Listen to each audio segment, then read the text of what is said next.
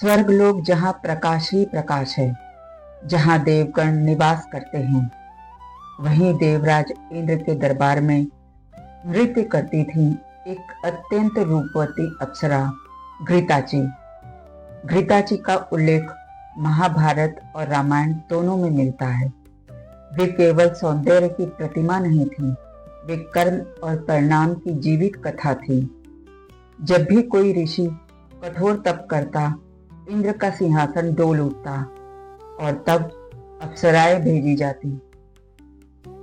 एक बार इंद्र ने कहा, घृताची, पृथ्वी पर एक महातपस्वी तप कर रहा है, जाओ उसका ध्यान भंग करो।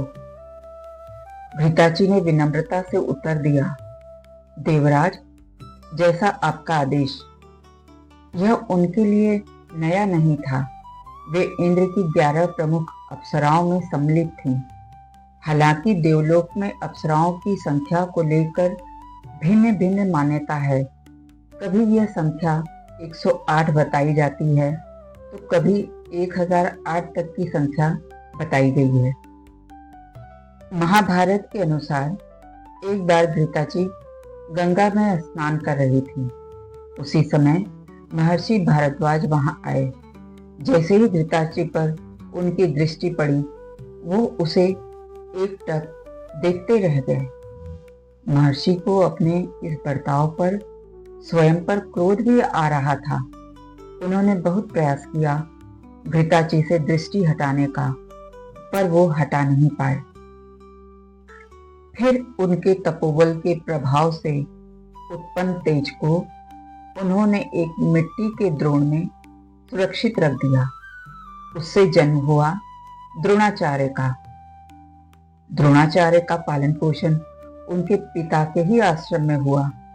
उन्होंने वहां रहकर चारों वेदों और अस्त्र शस्त्र का ज्ञान अर्जित किया, जो आगे चलकर पांडवों और कौरवों के गुरु बने। लेकिन एक बार घृताची के साथ एक अनहोनी घटित हो गई।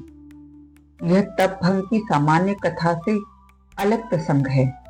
महाभारत में इसे दैवी घटना के रूप में वर्णित किया गया है। एक दिन देवताओं के दिव्य शिल्पकार विश्वकर्मा ने घृताची को देखा और उन पर आकर्षित हो गए। उन्होंने विवाह का प्रस्ताव रखा। घृताची ने शांत स्वर में कहा, मैं अप्सरा हूं, मेरा जीवन बंधन रहित है, मैं आपसे विवाह नहीं कर सकती। घृताची के मना करने पर विश्वकर्मा बहुत क्रोधित हो गए और घृताची को क्रोधित आंखों से देखने लगे। घृताची ने उन्हें इस निर्णय को सहजता से स्वीकारने को कहा, पर विश्वकर्मा अपने क्रोध को शांत नहीं कर पाए और उन्होंने क्रोध में घृताची को मृत्यु लोक में जन्म लेने का श्राप दे दिया।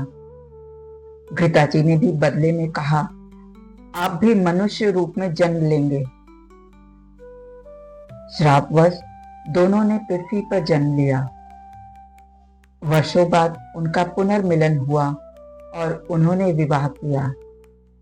लोक परंपराओं में वर्णन मिलता है कि उनसे एक पुत्र नल और एक पुत्री चित्रांगदा का जन्म हुआ। रामायण के अनुसार नल वानर थे। वे विश्वकर्मा के अंश माने गए हैं। उन्होंने श्री राम की सेना में सेतु निर्माण का कार्य किया। वानर रूप कोई श्राप नहीं था, बल्कि भगवान राम की लीला हेतु दैवी योजना थी।